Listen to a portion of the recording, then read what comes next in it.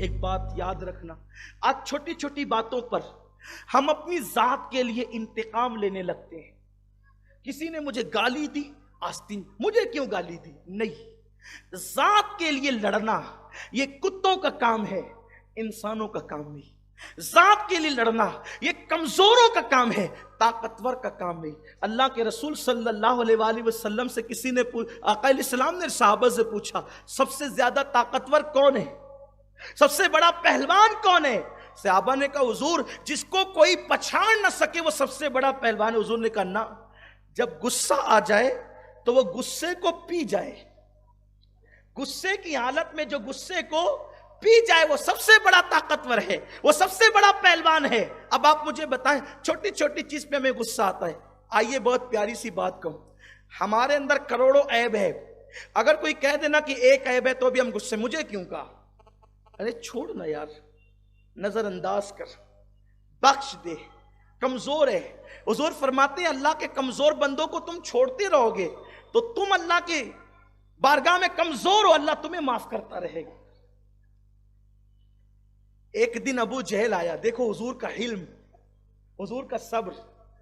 آج کل گھروں میں بھی عورتیں چھوٹی چھوٹی چیزوں پہ لڑنے لگتی ہیں، پڑوسیوں سے لڑنے لگتی ہے، گھروں میں لڑنے لگتی ہے، ساس بہو کے جھگڑے ہونے لگتے ہیں، دیورانی جٹھانیوں کے جھگڑے ہونے لگتے ہیں چھوٹی چھوٹی بات پہ. اب عورتوں میں صبر بہت کم ہوتا ہے، چھوٹی چھوٹی بات پہ بہت بڑے بڑے جھگڑے. ابو جہل حضور کے سامنے آیا اور معاذ اللہ اس بدبخت نے کہا اے محمد، معاذ اللہ، استغفر اللہ، العیاذ باللہ، نقل کرنے بھی اچھا نہیں لگتا لیکن صرف آپ کو بتانے کے لیے نقل کر رہا ہوں، اور کفر کو نقل کرنا کفر نہیں ہے.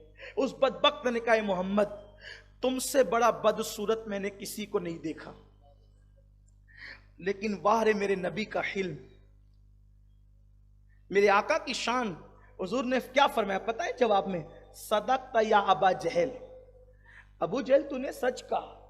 اوہو، توجہ تو کرے، انداز تو دیکھے، تو نے سچ کہا.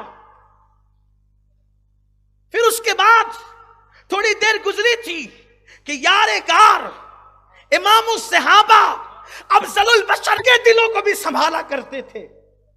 سرکار نے فرمایا تو نے سچ کہا. آقا ابو جہل نے بھی سچ کہا اور ابو بکر نے بھی سچ کہا. حضور فرماتے ہیں میرے یارو، اللہ نے مجھے آئینہ بنا کر بھیجا ہے، جو آتا ہے وہ اپنے آپ کو میرے اندر دیکھتا ہے. اس کا باطن بدصورت تھا سو میں اس کو ویسا نظر آیا، اور صدیق کا باطن جتنا خوبصورت تھا اس کو میں ویسا نظر آیا. جن کے باطن خبیث ہے وہ تو اپنی طرح کہنے اٹک گئے، اور جن کے باطن چمکدار ہے وہ کہتے ہیں کہہ لے کہ سب کچھ ان کے، ثنا خواہ کی خاموشی. حیران ہوں میرے شاہ میں کیا کیا کہوں تجھے، لا یمکن الثناء کما کان حقہ بعد از خدا. بزرگ توئی قصہ مختصر، اور وہ کمال حسن حضور ہے کہ گمان نقص جہاں نہیں، یہی پھول خار سے دور ہے، یہی شمع ہے کہ دھواں نہیں. حضور یوں دل سنبھالتے تھے.